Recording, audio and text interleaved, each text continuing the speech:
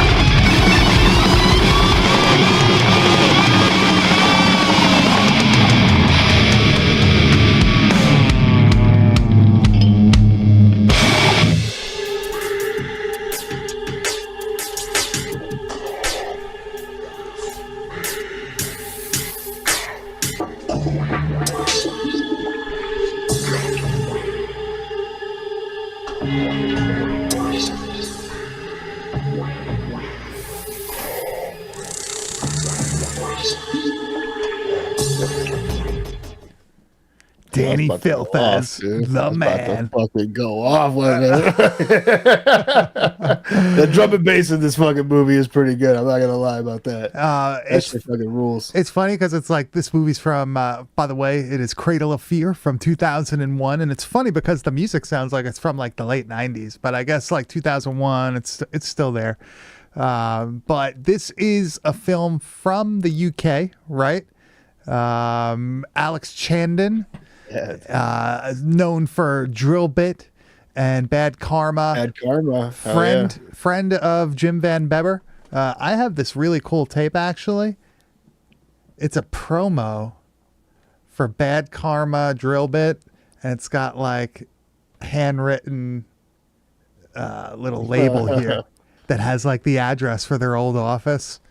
That's awesome. Yeah, it's pretty cool. I like looked up to see like anything about the address, like if it's still there or whatever. And I saw like their tax form or whatever for this movie, like Cradle of Fear Inc. I guess for their beautiful. Yeah, I was like, wow, this is pretty interesting. Apparently, I think it said it was dissolved in like 2013 or something like that. But I was really interested to look at the tax breaks that they got for this. No, I didn't go through any of that shit. But so this movie, it contains Cradle of Filth music. It contains people from the band. Obviously, Danny Filth is the main, I guess, like wraparound connector type guy. And this is an anthology film. I would say this 100%. No, dude, I'm not gonna let you fucking say that, dude. Well, what is it, man? It's got a main story that connects the wraparound story with Danny Filth going through all this shit. Yeah. That connects all the other minor stories. It's not sold as an anthology. It's not played out as an anthology. Like, all right. So I have the tape here, right? I have a copy of this. Yeah, I think that's a good way to hopefully this settles it. They should tell us what it is. A gruesome mix of 4 horror stories, all linked by the tale of Kemper, a child killer, an eater who, despite being incarcerated, uses his ally in the outside world to reap revenge on those who imprisoned him. That ally is the man, Danny Filth, a deranged, dark, spectral character who leaves a foul trail of death in his wake. These 4 tales of murder, sex, and death feature gothic nightmares, shocking beatings, severe mutilations, savage imagery, and snuff reality. This is not a film for the faint-hearted. Welcome to a paradise of depravity.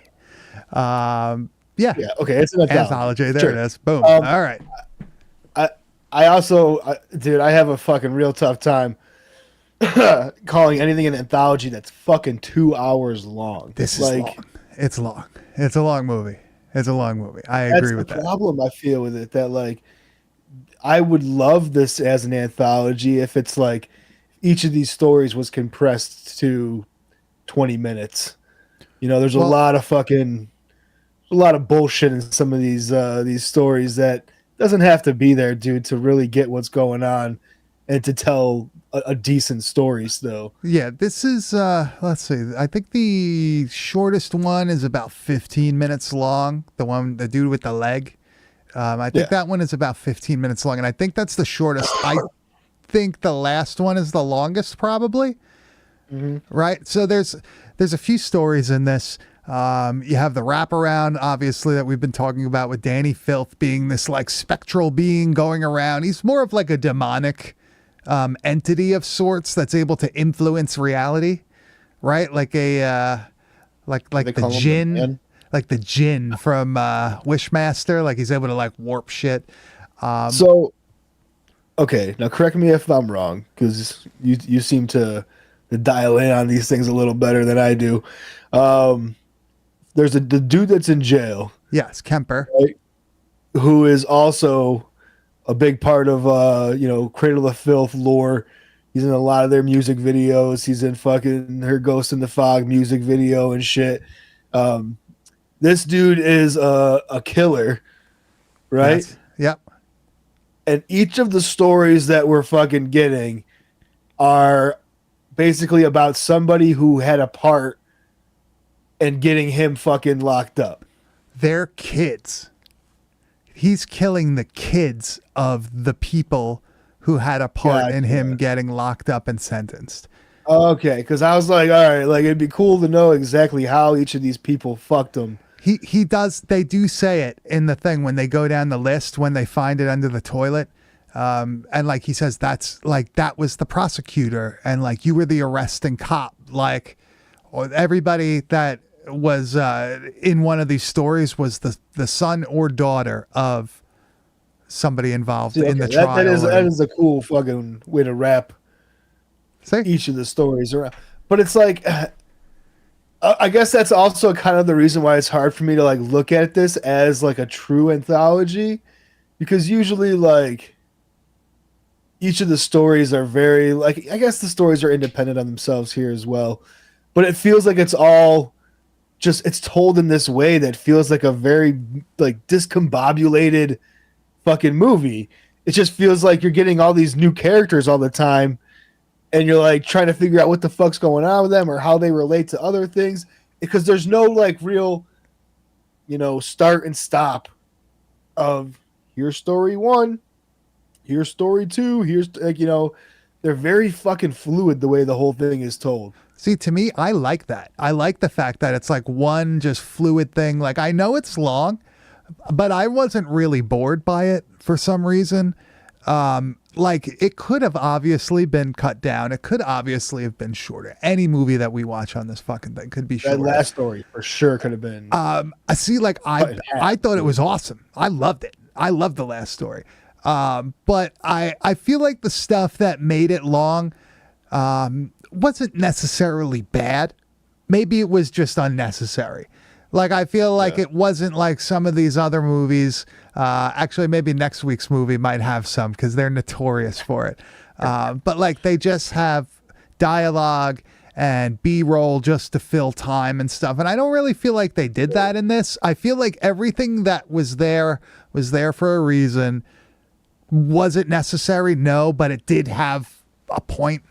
But I think it would be easier if we just kind of go through like story by story.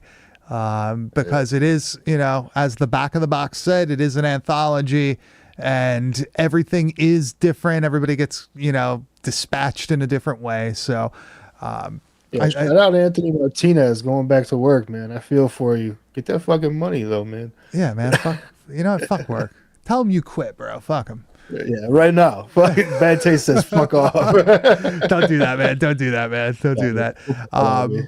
But the first story, we see this cop going into this room and there's this like mutilated body on the bed, and it's just fucking, it's a horror show in there. And it's basically about a girl and her friend go to a club. They meet a guy, aka Danny Filth, which I love the club scene. I think Cradle of Filth are playing like over the loudspeaker. It's supposed to be like a goth club. Yeah. And he's just standing there looking like a beautiful man, right? Like he's like sitting there looking perfect on that fucking balcony. I have such a hard time taking him seriously as this like real badass, like dangerous fucking dude when I know how small this fucking guy actually is. Like, well, he's like, I'm just saying, like, he's not that intimidating. They do a lot of camera tricks to make him kind of imposing. Hold on, man. But don't watch the last fucking Cradle of Filth fucking video you've seen live. Yeah, a Wolverine don't gotta be big, man. Dude, fuck you, mother. No, dude, you can fucking suck a dick. Hold on. Let me prove my point by showing right in the beginning of the movie, they show Danny Filth literally ripping a dude's throat out. And it makes him look like a dangerous, unhuman entity. Look at this.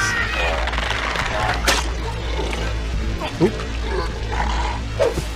He literally just rips that dude's throat out and rips this guy's head in half. Blood just fucking shooting everywhere, stomping on it like a Peter Jackson movie. Look at this. Come on, man. How could he not be afraid of that guy? Very spooky, man. But also, I'm just gonna say that, like, if anybody here should be saying shit, you have constantly been giving me shit since I've met you about you being 6 foot and me not being 6 foot tall. So I don't want to hear a fucking word about Wolverine or any of this other fucking bullshit you got. I am over 6 foot. All right, bro. Let's get this right. Okay, you look like my son, man. Come on. Let's go. It's actually not that much of a difference. But he's in this club and he basically like hypnotizes in a Dracula-esque way this girl into going home with him, and he does some fucked up shit to her, and she thinks that she was like drugged, right? She thinks that somebody tripping balls, like walking through the street seeing like weird creatures. Yeah, and like shit. She got dosed, but like she keeps seeing all these fucking Star Wars Cantina Mos Eisley mutants. That's what I thought. Like walking, dude. Whenever I wish that music was playing when she was. I wish that I could see like the people around when they're recording these parts in public, because like it's like a low budget production. It's the middle of the day in like fucking London. And there's these dudes that have like masks on. One looks like he's a butthole. The other guy looks like a fucking like Jason from Part 3, missing like the inner portion of his face. The makeup is great. Like that, it looks cool. That's pretty good. But some of them are just definitely like bullshit masks. And there's like the one creepy smiling guy that like they fucking show. Yeah. He's got horns though. You see, like he lifts his hat up and he's got horns. But like she's really fucking tripping hard right now, right? She thinks she's fucked up. I think she is, yeah. Well, she is, because her friend invites her over, like, just come fucking here, like, we'll get through this, you're gonna be fine. And she was actually impregnated with some sort of creature, right? Some sort of like demonic mutant baby with spider legs, like the Thing, but with a baby instead, right? Yeah. And Danny Junior Filthy. and Grizz, what does she fucking do when she starts seeing this thing emerge from her? I mean, the only sensible thing you could possibly do, and that's reach for the fucking scissors, man. Gotta go for the scissors. This thing is like poking through the legs. The friend is missing 2 fingers at this point. The makeup effects are great in this. It is fucking brutal. And she grabs the scissors. She just starts stabbing her stomach. Oh, this girl is awesome. I will say that, dude. Like her, like the way she plays this is fucking great. Yeah, get it. Yeah, that's awesome. Just fucking brutal. And eventually, this like mutant baby emerges and kills the other friend. And that's the end of the first story. and I think it was it's pretty quick. It's not a long one. Doesn't that mutant baby kind of look like the Toy Story fucking like Sid toy? Yes, that he fucking made with the baby head. Yeah, picture that, but like picture that, but made with like organic material. Yeah, but slimy. Yeah, dude. Yeah, fucking gooing. Right, that thing is straight gooing. Yeah, it's all gooed up. But it's a real cool like body horror-esque, gross out creature thing. And I think it really sets the tone for the rest of the movie. Like you see, you're going to get like some pretty fucked up shit in this. And I think this is a pretty strong entry in the anthology. This is my favorite. This is my favorite one. It is? Yeah, 100%. It's pretty fucking awesome, man. Like the way that they set up the ending, where like this fucking, you don't know if it's real. You don't really know if it's fake. You don't know if it's a hallucination or she is mutating in this sort of way, and apparently she really was. I really think they did a really good job, and like the special effects are great. There's fucking blood everywhere. There's guts everywhere. It's pretty fucking gnarly for an opening. Danny Filth is the fucking puppet master. Yes, doing all the string pulling. I like when they have. I like how they have like that strobe effect when like they're doing it. And he turns into like Kiefer Sutherland from the Lost Boys, right? Dude, he looks he gets like all like he has like he looks like that dude Rocky from that movie with Cher, fucking the mask at one point. Rocky Dennis, brutal. Yeah, he turned into that guy. But that's the first story, and then we end up going into the second. Grizz, do you want to give a little rundown on the second story of this wonderful anthology? Yeah, so then like we jump into another story with a couple of lovely young ladies who happen to be up to no good, looking to make some fast cash, man. Yeah, they're looking to go rob this fucking old dude who has like a stash of money. It's a tin. He says it a million fucking times. But I kind of like the idea of like the grody old man hoarding fucking money, and like these people thinking it's going to be like an easy score, but really he's like a fucking, he's a fighter, man. He's like a spider monkey coming out of the slumber, right? The casting for this old guy is pretty good too. He's kind of freaks me out, man. I don't know, there's something about this dude that's just like gives me the heebie-jeebies. Well, he's really like dirty, greasy, grimy looking. Like he legit looks like somebody that would be living in filth in a room somewhere. It's how like Grandpa Joe should have looked in fucking Willy Wonka. This is what this fucking yeah. Have you ever seen Deathgasm? Have you ever seen that movie? It's like a rather new one. No, probably not. Well, they like steal like this record from this like old metal dude from the 80s, and like it's like this abandoned house, and he's in the basement, and he looks all fucked up. This is like kind of what it reminded me of. Yeah, like how this guy looked.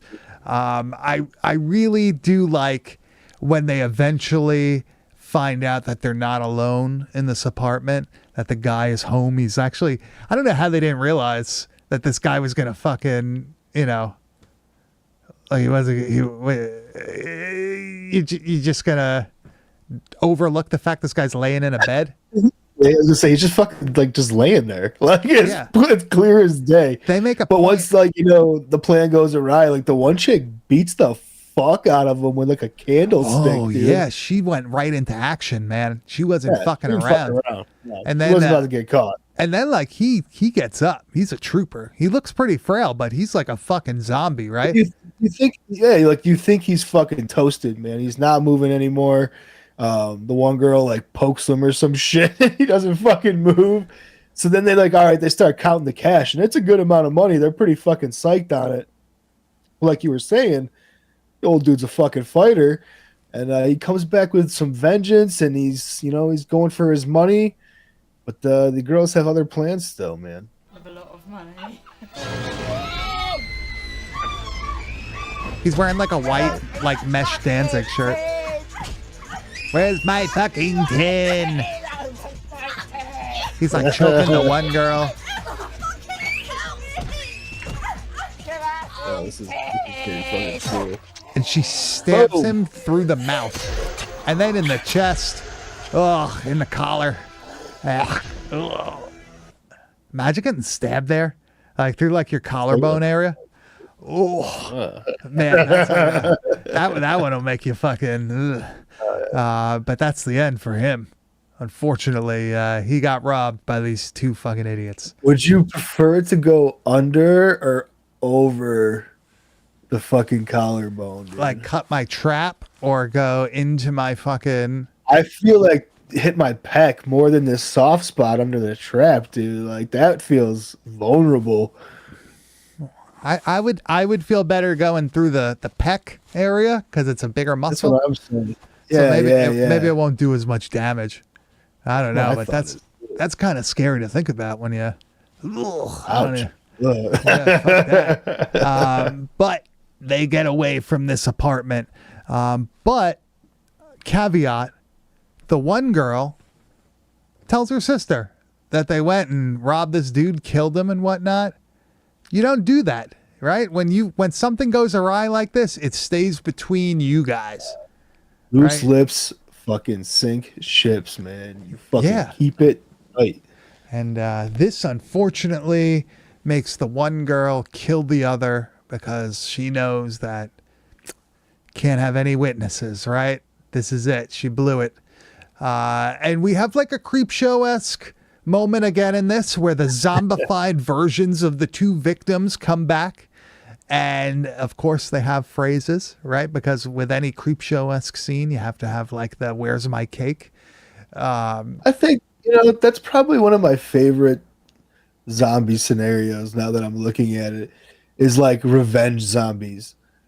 Instead of like plague zombies or virus zombies where there's just a mass of them, it's like, nah, there's just like these two motherfuckers that you personally fucked over that are coming back. They're not spreading it. They're just coming to fuck just you for up, you. Dude. Like you did something. You did something so fucking bad that like this summoned. Yeah, like this energy was brought forth to bring these people back for vengeance. That is a pretty crazy thing. What about something like Pet Cemetery though? That's like the reverse, right? Like where they're coming back to kill you when you had good intentions. I don't know. The fucking... I don't like that. I mean, that's a good, but like, I guess it's because of the whole like fucking the animals aspect of that one. I never really got into it. That story could be told differently with just a fucking, different like, play of the fucking good intentions, but then like having it come back to bite him in the ass either way. I do like a good story where, people with the best of intentions still fucking die. So that is always appealing. Yeah, man, that's like the main thing when it comes to downer horror, right? You have a main character that has great intentions and it just fucking doesn't always work out. Shit, man, Return of the Living Dead.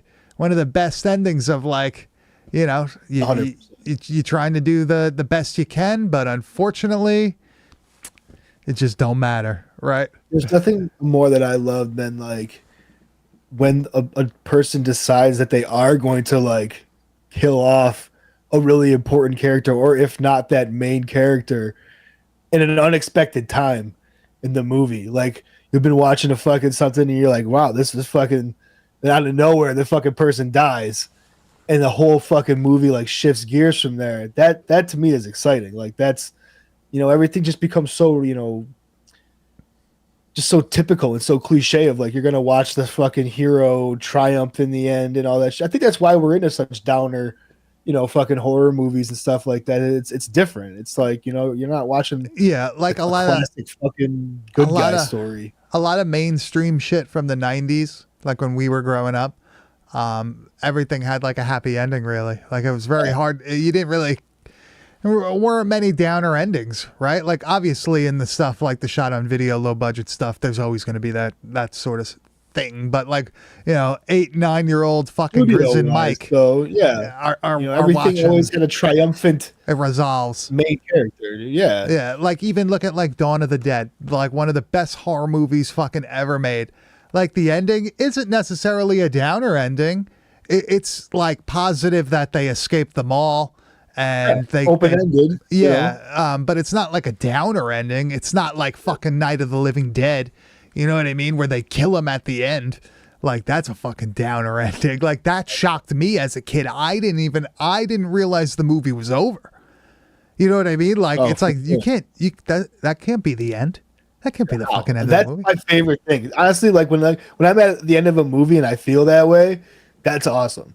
That's always special because it's like it's making you actually fucking like have a feeling one way or the other about like what you just watched. Like, because nothing is worse than watching something and just like not having any emotion to it at all. That's complete fucking wasted. Yeah, and you know what? It's really weird when they do that, where like you're surprised that it ended in that sort of way.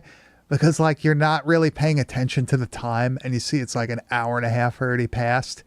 You're like, of course that's the end. Like this movie, you know what I mean? Like they did such a good job in keeping you like focused on the movie. Yeah, that you're not even thinking about how long the movie is and all that shit. And obviously sometimes that's because they want to keep it open-ended. They want to, you know, maybe possibly have a part 2 or whatnot. I think horror is definitely that one genre that lends itself to the sequel. I mean, anybody who wants to make like a big franchise horror, you know, that's like the thing you're going to make money on. Yeah. In this like, you know, community is making that Leprechaun, that fucking Halloween, Friday the 13th and shit. It's hard to do only one, man.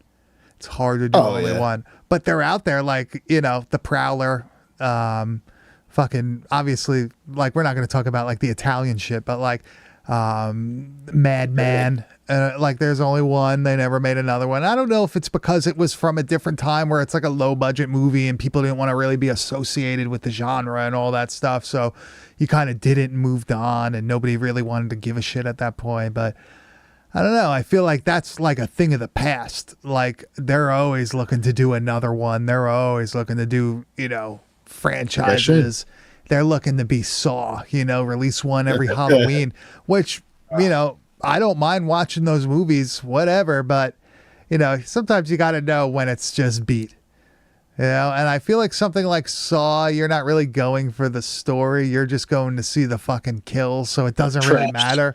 Yeah, that, for sure. So I would say like, I know that it's not obviously, but Saw is like almost like a light anthology. You get everybody's backstory that's like in the trap. They're in a different trap and it's connected by it's connected by the wraparound of the detectives trying to find Jigsaw.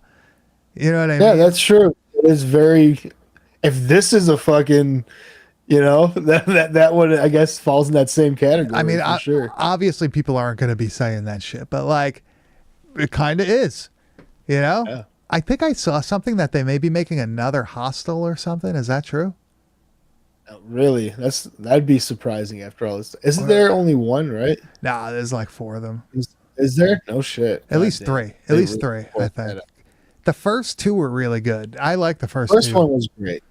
Makes you fucking Second one must not have been too memorable. When that chick fucking like did the eyeball thing at the end, dude, that fucking man, that made you never want to travel. After seeing that movie. Oh, yeah, for sure. That's I ain't leaving. I ain't going anywhere. So let's get to the third story. This was one of my favorite stories, surprisingly. But do you want to talk a little bit more about the... Oh, wait, we didn't even finish that one, man. Fuck. I was going to say, we did show the actual zombies that we talked about to begin with. Let's show you the zombies here. So they're wearing the Danny Filth whiteout eyes, which don't look too bad, but they're not too zombified looking.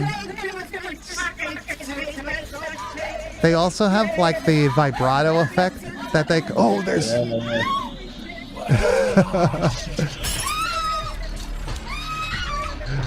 But she ends up putting the bottle through her fucking her eye. And you know what they didn't do, man? They didn't have the blood come out of the bottle. That would have been... Oh, yeah, the pouring out would have been fucking excellent. You're right. Yeah. It's supposed to be a TV series with Paul Giamatti. Wow. Oh dude, he doesn't really... Like, nowadays, he doesn't really do bad shit. So, I don't know, man. I think that might be pretty good. But that concludes that story now. So now we're gonna go to our third one. I really enjoyed this one. This is about a dude, not a good guy, but we end up seeing that he's missing a leg. He's desperate to have it back, so he goes and he steals one from somebody. Well, doesn't necessarily steal it. He fucking kills this guy and takes it. Weird. This is a weird fucking story. At like one point, like his old lady's like worshiping his fucking stub. She's like making out with it and shit. I was like, what am I watching right now? It was so strange. But he does find a doctor that tells him like, hey man, if you could come up with, if we can get you a leg, like it theoretically is possible for me to reattach it. And he finds himself a leg. This apparently is somebody that he used to roll with back in the day. This guy was a part of their crew, because this guy is obviously some sort of criminal. This guy was a part of the crew, and he unfortunately does. So I just love how he shows up with a briefcase. This fucking briefcase that's like dripping water, and you're like trying to figure out like what the fuck are you doing? Yeah, like I don't know. This was a cool build up to this whole thing. I was so confused about what was going on. Your fucking leg. He's also dressed kind of like the dude from Drill Bit. Did you notice that? Yeah, I love when he falls back and his fucking face is just all opened up. He is dressed like the dude from Drill Bit. Right, with the hat and everything, the jacket and the shirt.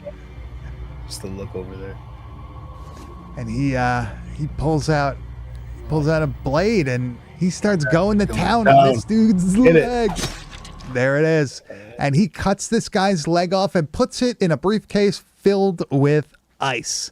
Yeah, we opened it up and then I saw that it was full of fucking ice cubes. Like he brought it just to put this fucking leg in to keep it fresh. I was like, that's a fucking cool detail. Yeah, that was really Without good. it, I wouldn't have liked that. Like it'd have been a cool scene still, but with the briefcase full of ice, it was pretty dope. Yeah, and this guy brings the leg to the doctor. The doctor is shocked, but you see the silhouette of a gun, so it means that he's going to do the surgery, obviously, in one night by himself in a like general practitioner office. I don't see that happening, but hey, it does. And this guy has himself a new leg. This story is almost, I guess, reminiscent of that. Is that Body Bags, where Mark Hamill gets the eye? Which movie is that? And then he starts seeing like he's like a baseball player and he gets like the eye transplant. And it was from the serial killer, and he starts like fucking seeing fucked up shit and all that stuff.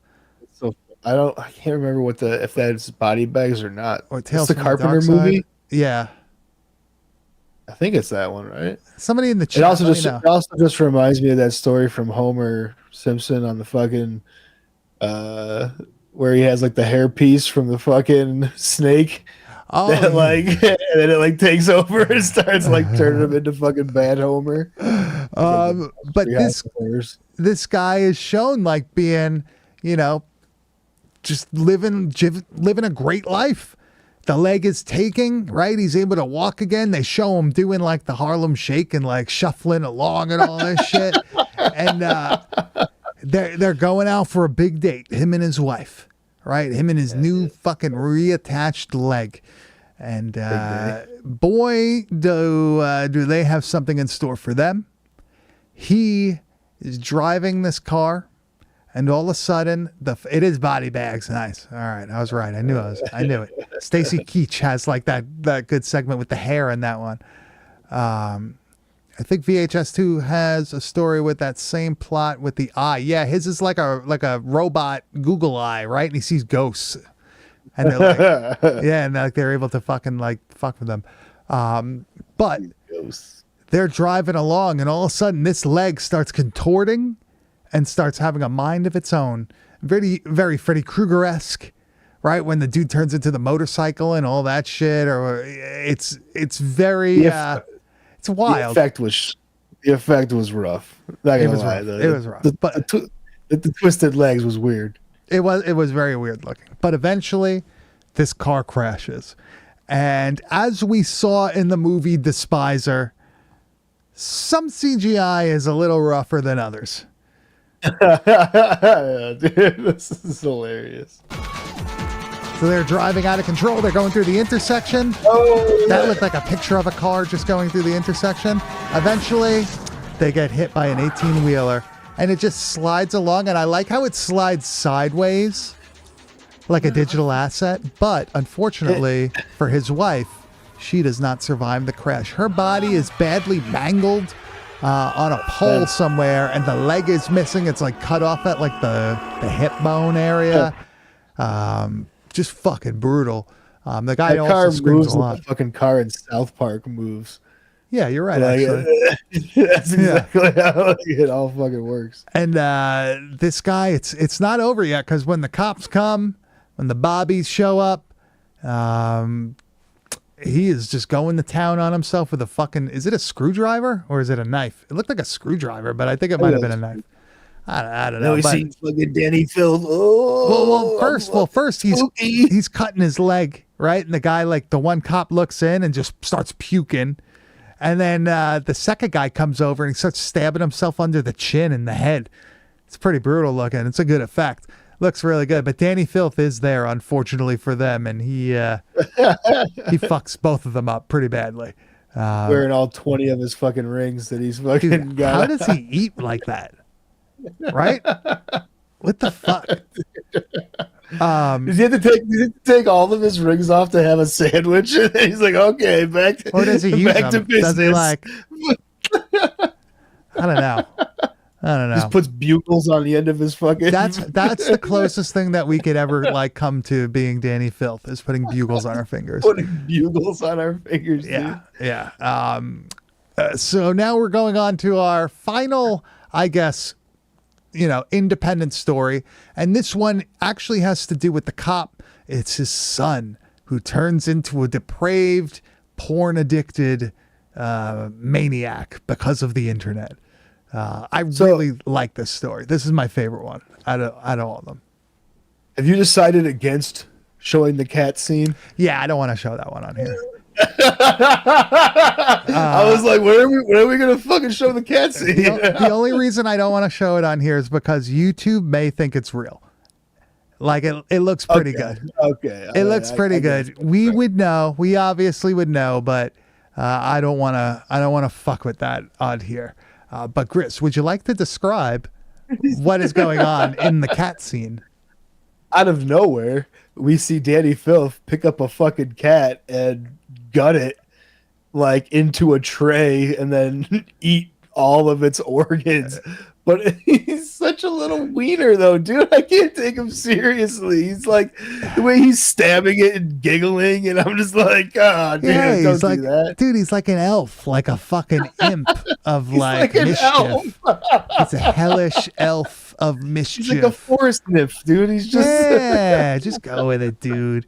So now this little elf. This final story, we have a dude who like works at this late 90s, early 2000s internet. I guess it's like a watchdog company of some sort, right? That's what it seems like. They scour the internet for fucked up shit so they can tell people about it.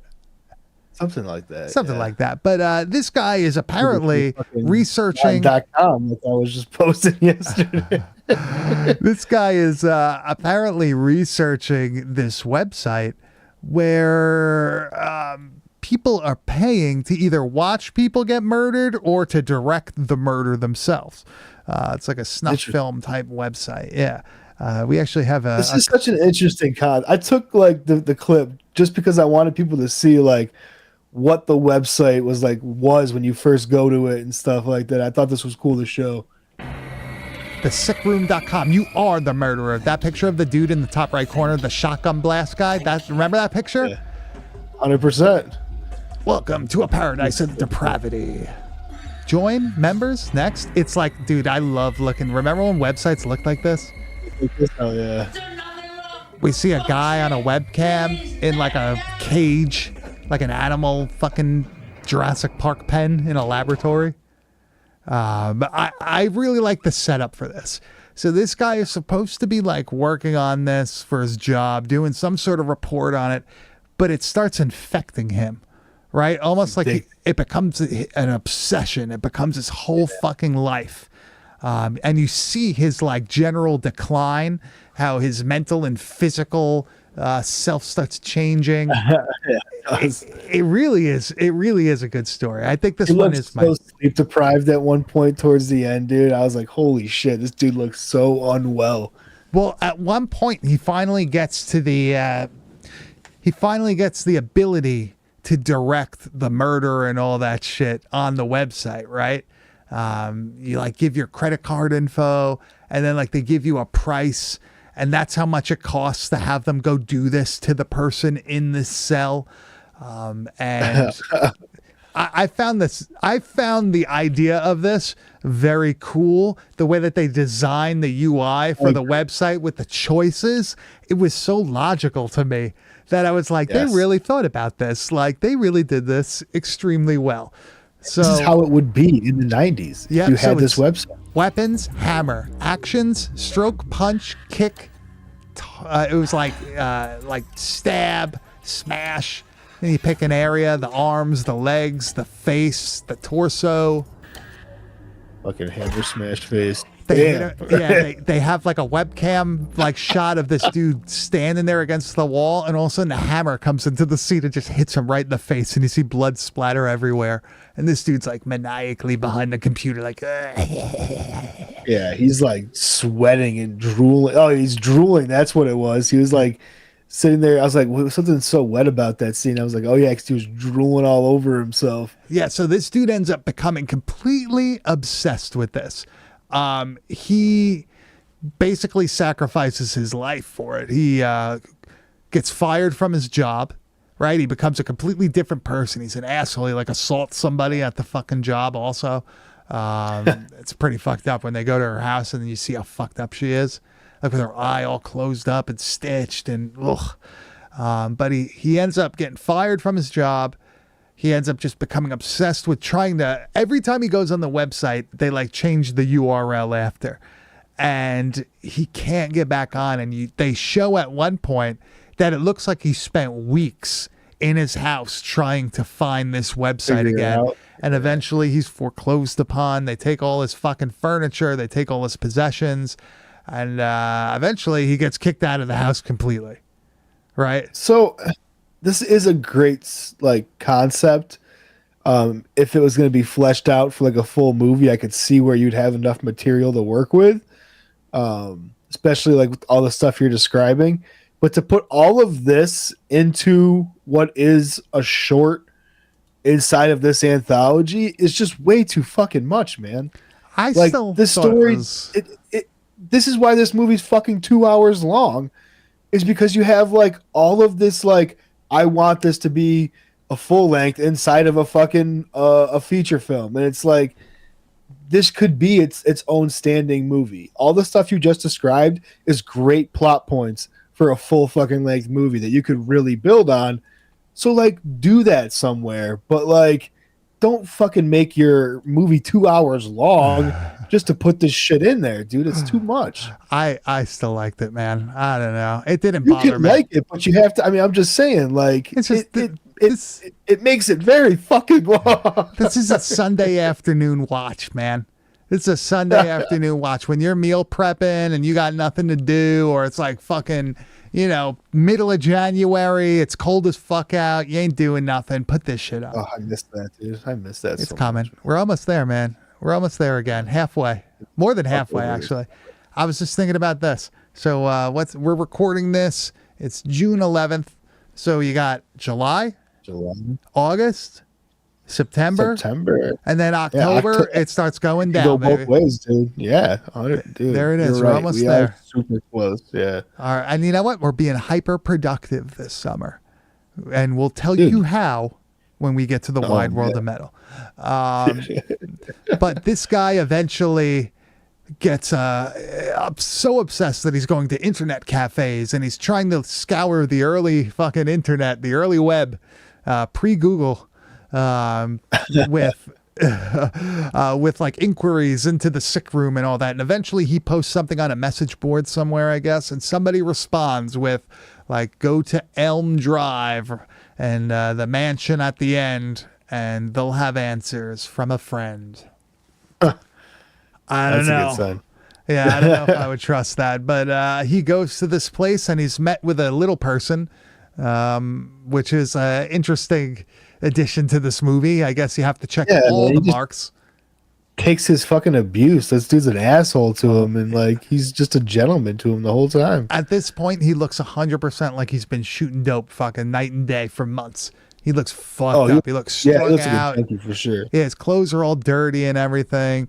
And he does find the website, but not in the way that he intended, right? He's led down this dark hallway, just like he did to the woman earlier on in the segment, actually. And he finds himself trapped in the room like the guy in the beginning that he was so joyously paying to torture. I love his realization that he's in that room. This guy's a good actor. It's just panic, dude, because he knows where he's at. Like, that's a cool concept. You can see he's just freaking out. Oh no. And they walk in with a fucking sledgehammer and knives.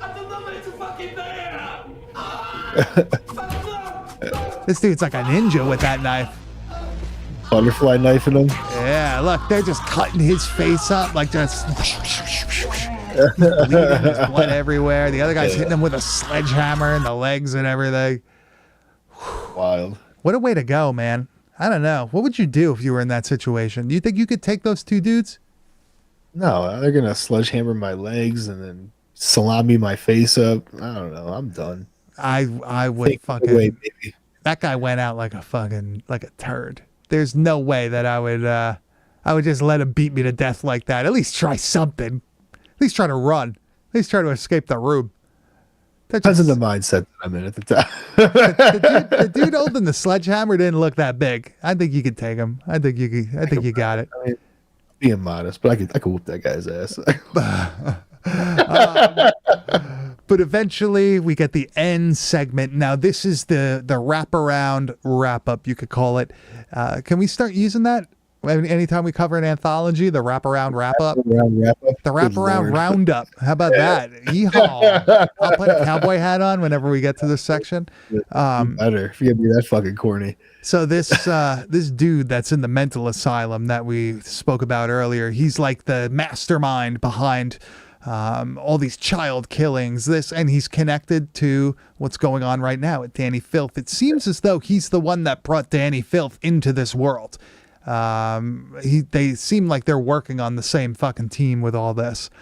There's a bunch of juju and occult fucking blood stuff going on and note passing. And this leads our detective that we've been with this whole time to visit Kemper, the crazy hypnotist, which is a cool little subplot that he like hypnotized the kids like the Pied Piper almost. So like, cool. And he's pretty much convinced that the only way to end this is to fucking kill this guy. Yeah, like that's his deal. He's like, I'm going there to fucking end it. I'm gonna shoot that motherfucker, man. Yeah, he's got nothing to live for anymore. This is it. So he goes there, and the people that are in charge of the facility are like, you can't do this. He's not in a cell. He's in a special holding place right now. When he's back in a cell, we can arrange something. And this guy says, fuck you. I'm going in there. I'll kill you. And it won't mean a damn thing to me. This guy don't care anymore. So once he's in there, they send a SWAT team in. But unfortunately, somebody on that SWAT team is not who they seem. Take that magnet out of there. The helmet comes off, and it's Danny Filth with a medieval weapon. A giant... comically large blade, and he slits throats. He stabs a dude in the face with it through the helmet. He punches the cop in the face, stabs a guy in the chest. Blood shooting everywhere. Guys choking this guy out. The music playing. It's so cool. They had an extra small outfit for him to put on. They had it in child size. I'm just kidding. I don't give a fuck, man. I love that shit. But eventually, The cop shoots Danny Filth in the head. His head half explodes. Very Bad Taste-esque, right? When the guy's like reaching for his fucking thing. And we think that this is the end. We think that the death of the hypnotist will just also relieve everything. But unfortunately, evil never dies. Right, Grizz? They say. Out of Danny Filth's head stump. Is that a Halloween thing? Yes. Yeah. Out of the head stump emerges a disgusting spider creature, also reminiscent of The Thing. Oh my God, don't say that. It's over. It's over. Danny Filth sits up with half his head. I'm okay with this. That looks cool. And then this thing comes out. Yeah, I guess this kind of ruins it. This very Despiser-esque. Yeah, this ruins it. Almost looks like a face hugger. Like the bottom of the face hugger in Alien. Might be It's that just might have very Sci-Fi Channel, you know? Yeah. That's what takes me out of that. Yeah, and that's pretty much the end of this shit. I really, really enjoyed this, man. I'm sorry. I fucking love this movie. I mean, I love the gore. I love, I love the music. I just don't, it was just a little bit boring at times because I felt like there was just a lot they were chewing on that they didn't need to be. And that was my big gripe. It's available to watch on Tubi for free. Very good copy. Looks like they did some work to it. Pretty fucking clear on there compared to my VHS tape. That's a PAL version. I don't know if they have a US release. There's a Blu-ray copy on YouTube you can watch as well. It's really fucking nice. There you go.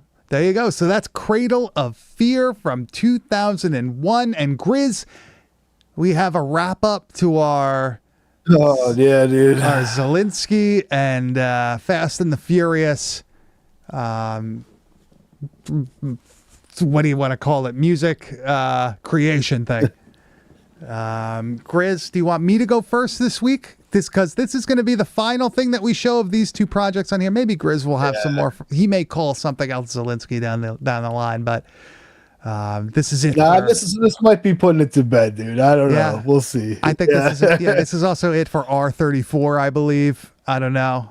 I could probably come up with a better name than that. But Grizz, you want me to go first this week, or you want to go first? I'll go first, dude. I want people to hear your little ditty. Okay, all right. That you put down. So, what is the name of your song, Grizz? Compressed Biological Mutation. And if you didn't listen to us the last time, this is a Honey I Shrunk the Kids themed slam. I guess both of us are just slam-esque at this point. Yes. Let's let this rip. The machine works. Do the kids know? Well, yeah, the kids know. That's great. It's not that great. Why? I shrunk the kids. What? And the Thompson kids, too. They're about this big. They're in the backyard. What? Threw them out with the trash.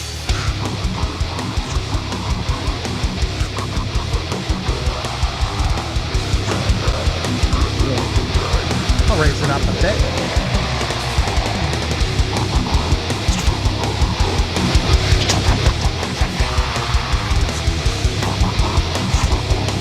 So weird listening to yourself.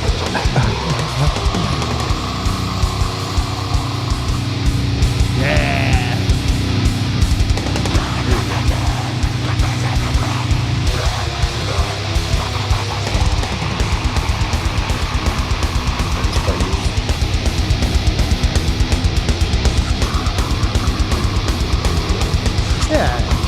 That's the best vocals on the track. Isn't it?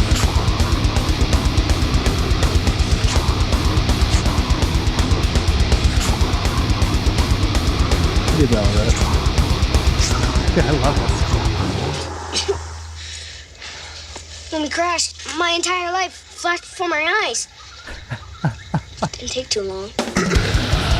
Yeah.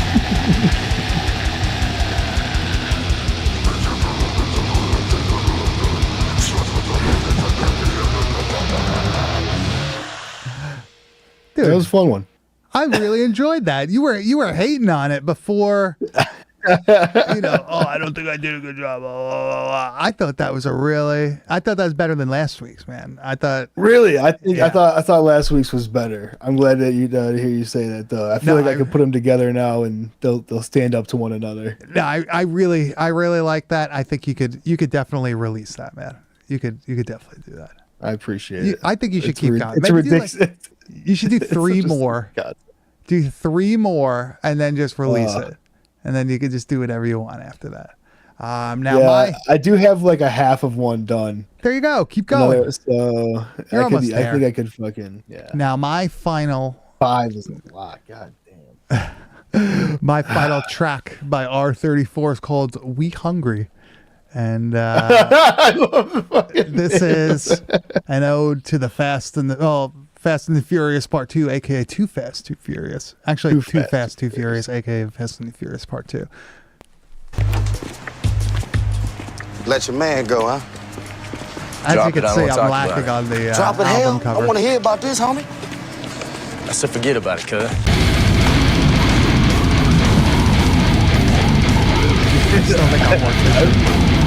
I love the vocals. So mortician vocals.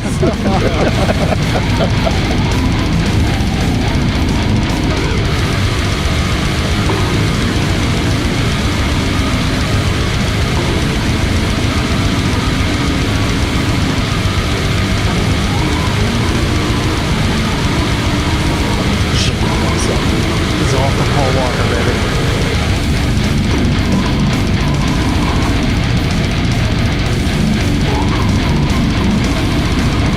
The front groove's hard. There you go, man.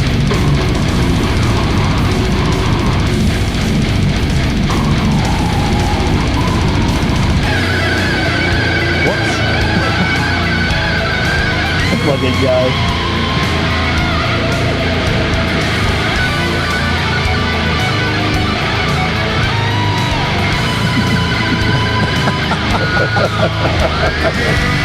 In the slam, but yeah, this is for family right here. It's not just Olive Garden, baby. Here, we're family. There we go. And that is the end of that. I will never record another Fast and the Furious song. I think. Fucking solo, though, dude. How funny Fucking is that thing shit? rips. Hey, man. Once in a while, I just get in the zone, and I'm able to use that do it. Jackson. Fuck yeah, man. I didn't add parts to that thing for nothing.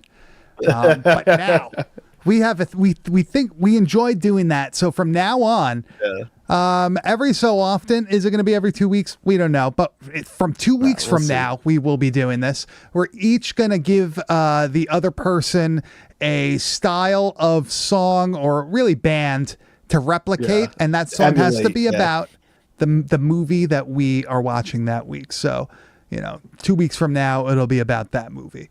And it has to be in the style of whoever we pick. So, Grizz, who do you have for me? What band do I have to replicate? All right. So I thought about it. I was like, oh, the easy go-to for me to pick for you would be like, Slayer. But I wanted to do something in vein of that, but maybe a little bit more in your pocket, give you a chance to shine.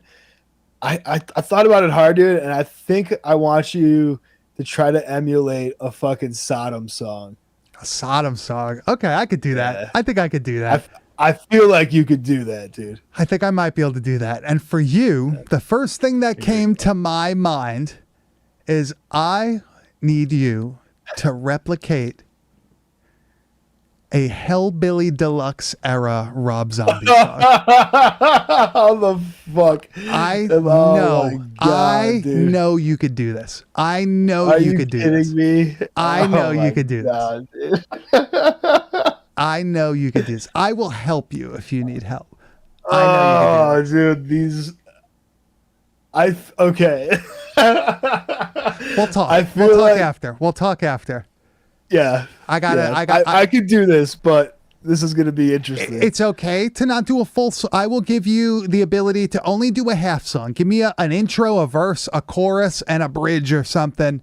It just has to sound like you are making a Rob Zombie song. How about that? Yes. Yeah, I get it for sure.